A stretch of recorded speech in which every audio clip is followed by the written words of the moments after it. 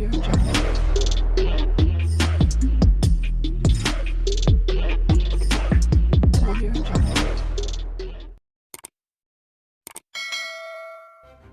kasih kerana memilih channel ini. Sebelum kita mulakan video ini, sila pertimbangkan untuk menekan butang like, share dan subscribe dan aktifkan butang lonceng anda agar anda sentiasa mendapat info-info percuma pada setiap hari dari channel kami. Dan tinggalkan komen anda kerana komen anda amatlah dihargai.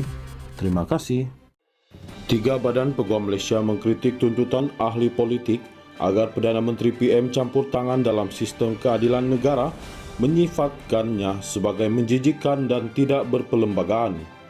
Majlis Peguam Malaysia, Persatuan Undang-Undang Sabah dan Persatuan Peguam Bela Sarawak secara bersama-sama menyifatkan tuntutan campur tangan dalam sabitan jenayah Datuk Seri Najib Razak serta menggantikan Peguam Negara AG adalah bertentangan dengan demokrasi berperlembagaan Malaysia dan institusinya. Adalah amat membimbangkan bahawa gesaan untuk campur tangan dalam proses kehakiman atau untuk menggantikan AG sekarang dibuat secara terang-terangan mengabaikan prinsip pengasingan kuasa dan demokrasi berperlembagaan Malaysia. Malaysia adalah sebuah negara yang menghargai pengasingan kuasa antara cabang eksekutif, perundangan dan kehakiman. Kerana ini akan menyediakan semak dan imbang antara satu sama lain, kata mereka dalam satu kenyataan. Mereka mengeluarkan kenyataan itu susulan desakan pemimpin UMNO supaya PM campur tangan dalam sistem kehakiman, khususnya membabitkan kes Najib yang dikekalkan bersalah oleh Mahkamah Persekutuan. Selain itu, Ahli Parlimen Pengerang, Datuk Seri Azalina Othman Said dalam ucapan pada taklimat Presiden UMNO turut menggesa PM Datuk Seri Ismail Sabri Yaakob melantik AG dalam kalangan orang sendiri supaya mudah dikawal. Dalam kenyataan bersama itu, Presiden Majlis Peguam Malaysia Karen Chia Yilin, Presiden Persatuan Undang-Undang Sabah Roger Chin dan Presiden Persatuan Peguam Bela Sarawak Antonio Sim berkata campur tangan politik dalam apa jua keadaan terutamanya satu kepentingan awam yang besar akan menceroboh fungsi dan tugas AG dan mahkamah. Tingkah laku yang tidak berperlembagaan itu akan mengakibatkan penghakisan keadilan yang teruk dan akan menimbulkan fitnah terhadap integriti AG serta badan kehakiman. Petisyen sedemikian oleh ahli politik ini mengimbau kembali zaman gelap krisis kehakiman 1988 yang melagakan eksekutif dengan badan kehakiman yang seolah-olah menghilangkan imej badan kehakiman sebagai tonggak tadbir urus yang bebas.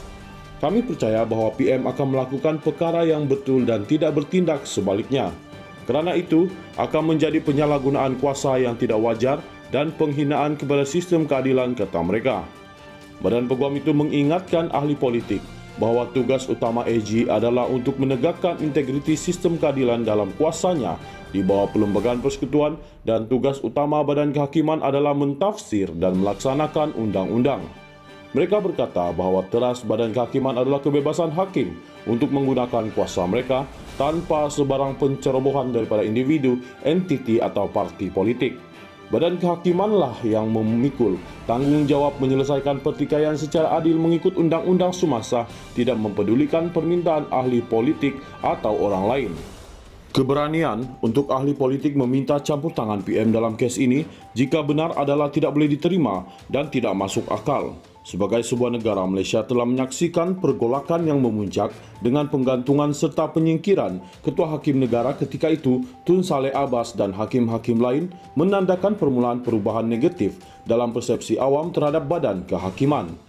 Majlis Peguam Malaysia, Persatuan Undang-Undang Sabah dan Persatuan Peguam Bela Sarawak mengecam mana-mana tindakan ahli politik yang meminta campur tangan oleh PM dalam perkara yang berterusan di hadapan badan kehakiman dalam semua perkara yang material, kata mereka.